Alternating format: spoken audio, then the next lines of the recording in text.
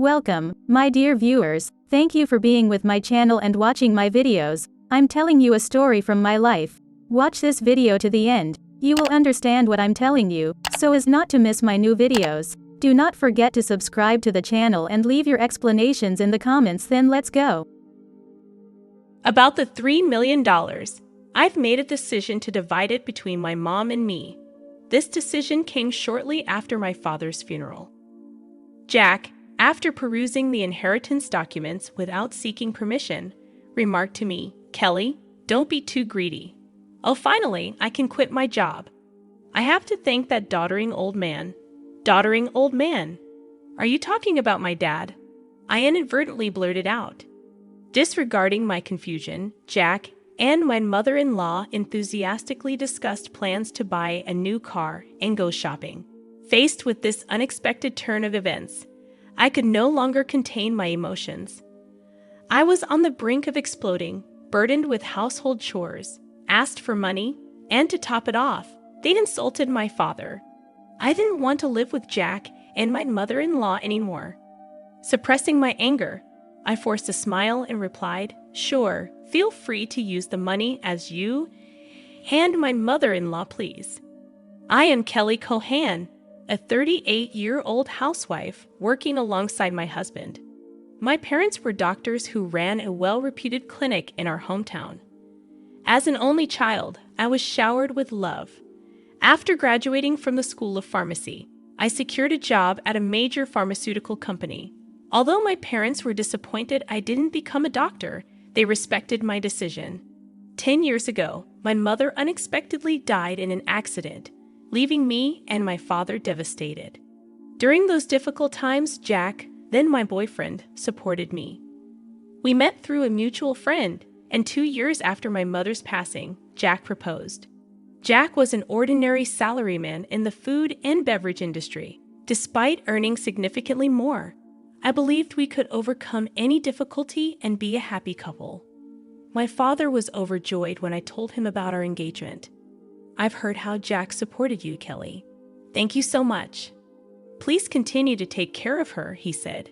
Facing my father, Jack stood straight and promised, "I will make her happy." Standing next to Jack, I was enveloped in feelings of happiness. The following week, we went to Jack's family home to announce our marriage. His mother, with flashy makeup and divorced from Jack's father, evaluated me rudely. "Marriage, huh? You're Jack's choice, are you? Isn't she a bit plain for your choice? And she's older, right? Wouldn't a younger and prettier girl be better for you?" Jack quickly retorted, "Mom, you know M Pharmaceuticals, right? Kelly works there. Her father is a doctor and runs his practice." I expected Jack to praise my character, but instead, he emphasized the financial advantages. Hearing this, his mother's expression changed to one of satisfaction. "Oh, Jack, you should have told me such important things earlier. That changes everything. I happily approve of the marriage. Nice to meet you, Kelly. Thank you." After gaining approval for our marriage from Jack's mother, Jack was overjoyed. However, I couldn't shake off a sense of unease. Despite things going smoothly, and our decision to get married, when we were about to register our marriage, my father, a doctor and real estate investor, gifted me an apartment in a luxury building in New York City. I told Jack, "Dad has given me this apartment as a wedding gift, but it's our new home. Let's live here happily and peacefully together." Jack smiled happily, and thus our married life began. However, after getting married, I realized something unsettling. Jack, who had lived with his parents until then, was almost incapable of doing household chores. He couldn't cook, didn't know how to use the washing machine, and showed no interest in learning. He would leave his garbage scattered around, not bothering to throw it away. While I wanted to diligently share household responsibilities, Jack's careless attitude increased my dissatisfaction. In the first year of marriage, I took on all the household responsibilities despite some complaints, given that we were still in the honeymoon phase.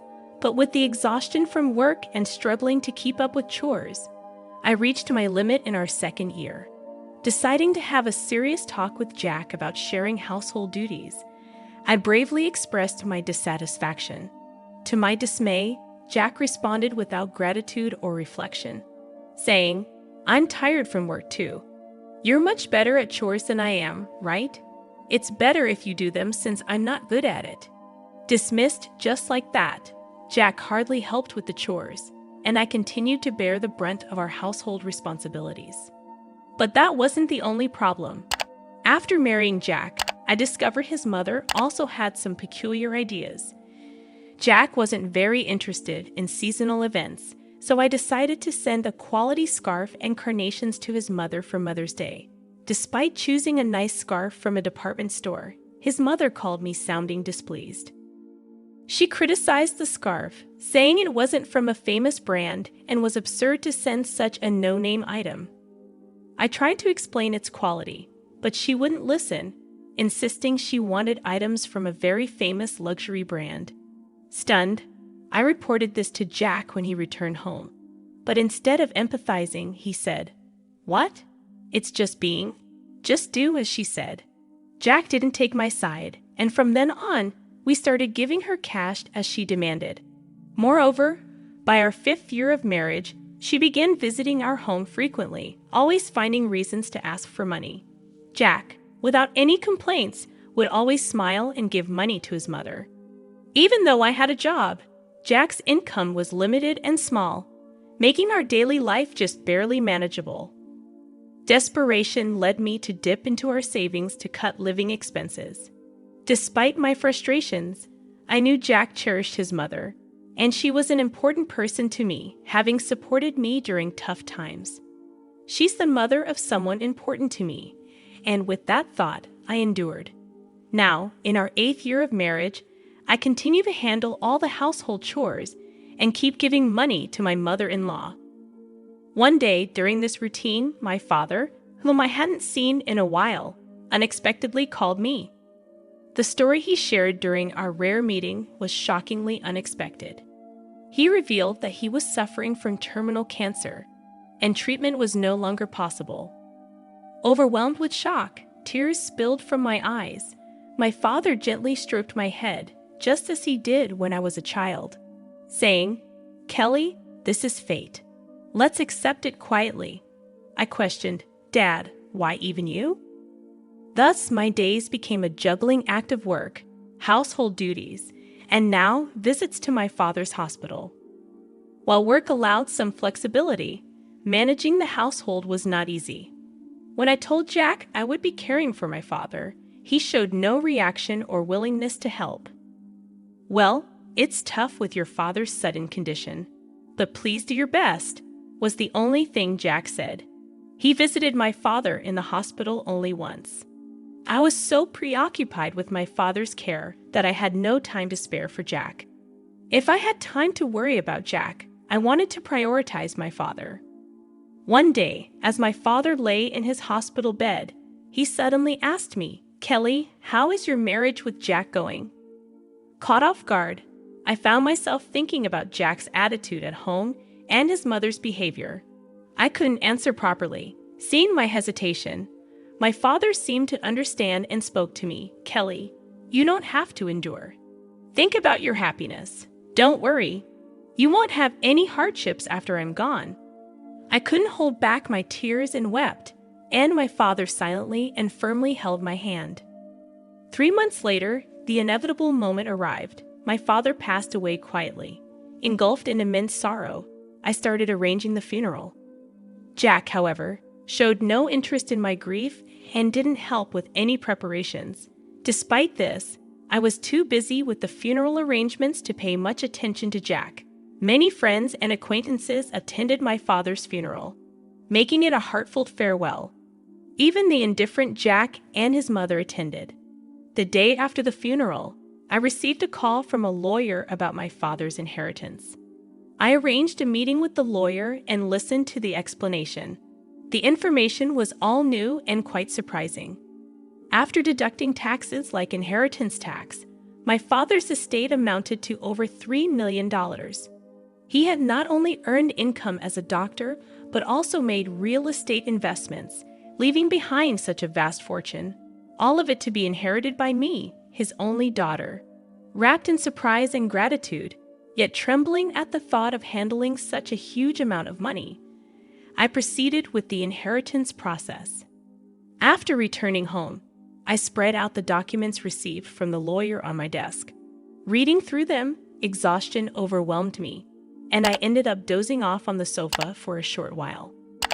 When I awoke, I heard the cheerful voices of Jack and his mother from afar. Huh, Jack and mother too.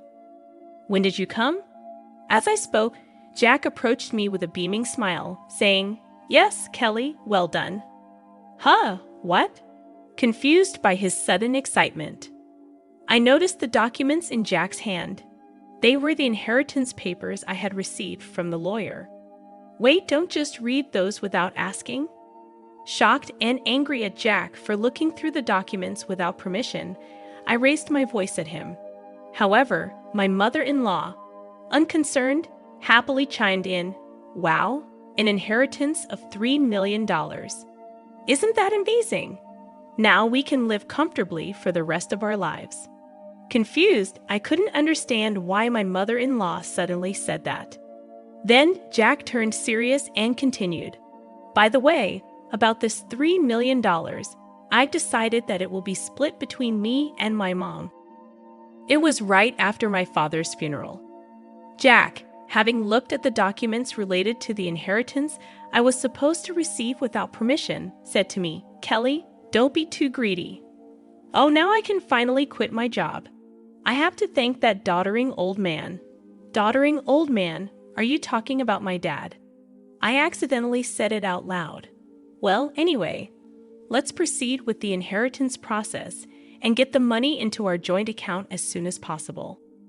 Ignoring my confusion over this sudden turn of events, Jack and my mother-in-law were excitedly talking about buying a new car and shopping. At that moment, I couldn't hold back my emotions any longer. I was on the verge of exploding, being burdened with household chores, asked for money, and to top it off, they insulted my father. While holding back my anger, I replied with a forced smile, Sure, use the money you and my mother-in-law, please, as you wish. Hearing this, my mother-in-law, seemingly satisfied, said cheerfully, That's the spirit, Kelly. Quick to agree. Now make sure you work hard and earn money. I don't want our savings to decrease, so work hard. I just nodded and pretended to listen to her selfish words. Afterward, Jack and my mother-in-law began living as if they had lost their minds, consuming money lavishly. Jack quickly quit his job, and my mother-in-law practically moved in with us, staying at our house constantly. They would leave in the morning, returning with luxury brand items they had splurged on. The 3-star restaurant we went to today wasn't as great as I expected. Yes, it was a bit underwhelming for us, the sophisticated ones. They had conversations as if they had become wealthy celebrities while dumping all the housework on me as if I were a maid. Jack seemed to think my father's inheritance would come through immediately. He carelessly withdrew money from our joint account, and my savings of $100,000 dwindled rapidly. When I protested their excessive spending, Jack just laughed it off. Huh, what are you talking about?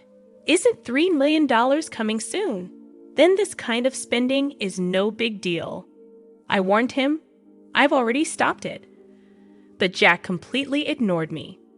Then, a month later, Jack and my mother-in-law suddenly left for a trip to Hawaii. I wasn't invited and was left alone at home. After seeing them off, I decided to take action. About a week later, while I was relaxing at home, I heard a loud knock on the door, wondering what was happening. I glanced at the intercom monitor and saw Jack and my mother-in-law, both dressed in aloha shirts, standing at the front door. What do you want? I asked calmly and coldly. Red with anger, Jack yelled, What are you even talking about? Why won't the door open? Seeing Jack and my mother-in-law confused as to why the door wouldn't open, I confidently answered through the intercom. Well, I changed the locks on the door, so of course, it won't open. What? Why? Let's talk over this calmly at the nearby cafe. Please go ahead. I'll join you shortly, I suggested. Jack and his mother, after shouting in front of the entrance, seemingly realized it was futile and soon headed to the cafe. Once I confirmed they had left, I made my way to the cafe. Arriving there, I saw Jack and his mother, who had arrived earlier, waiting in a state of fury. Hey, what's this about? Did you change the locks? Hand over the new keys right now.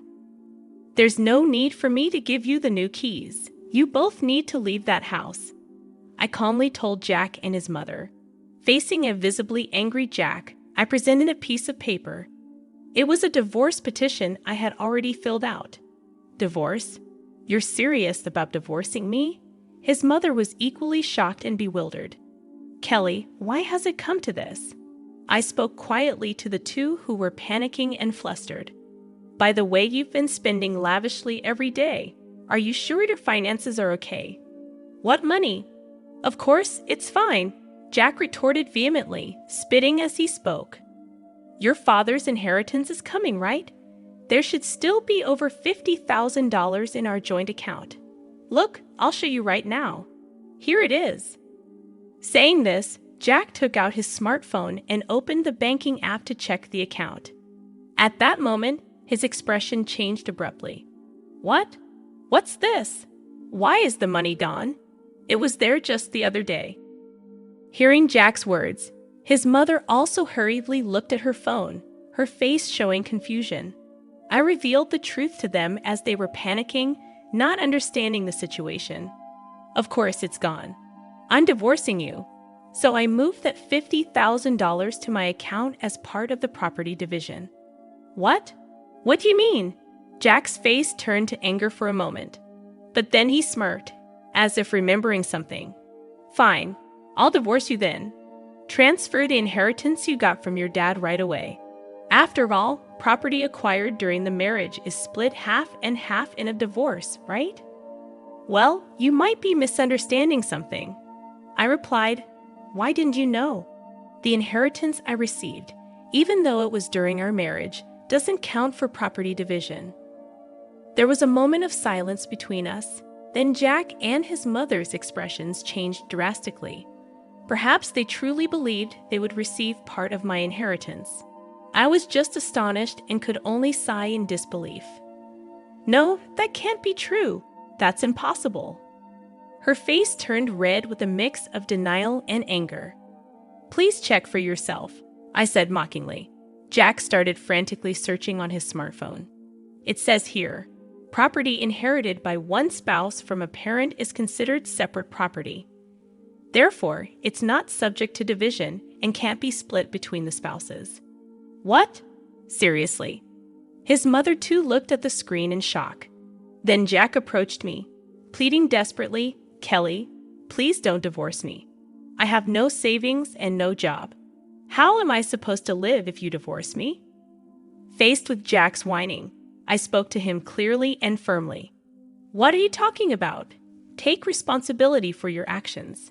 I will never forget how you both treated me. I'm divorcing you. I'll go to court if I have to. Intimidated by my fierce demeanor, which they had never seen before, Jack and his mother shrunk back in fear, whimpering softly. Leaving the two of them dejected, I walked out of the cafe. Later on, Jack and I were able to go through the divorce proceedings without any issues. The $50,000 I had moved from our joint account was recognized as part of the marital property division. Eventually, I managed to get Jack and his mother out of my house. Jack, having already squandered the money from the property division, found himself penniless. Furthermore, he was overwhelmed with bills from the overseas trip and other expenses he had paid for with his credit card, quickly sinking into debt. Jack and his mother had to take on even more debt to make these payments, and they now live in a rundown apartment, working tirelessly every day to pay off their debts. The stark contrast to their former lavish lifestyle has been a huge shock for them. On the other hand, I sold the condo I used to share with Jack. I then moved into the apartment that used to belong to my father. I continue to work as before, but with the inheritance I received from my father, I am living a comfortable life financially. With gratitude to my late father in my heart, I want to start anew and cherish my life ahead. I aim to protect my happiness and spend my days peacefully.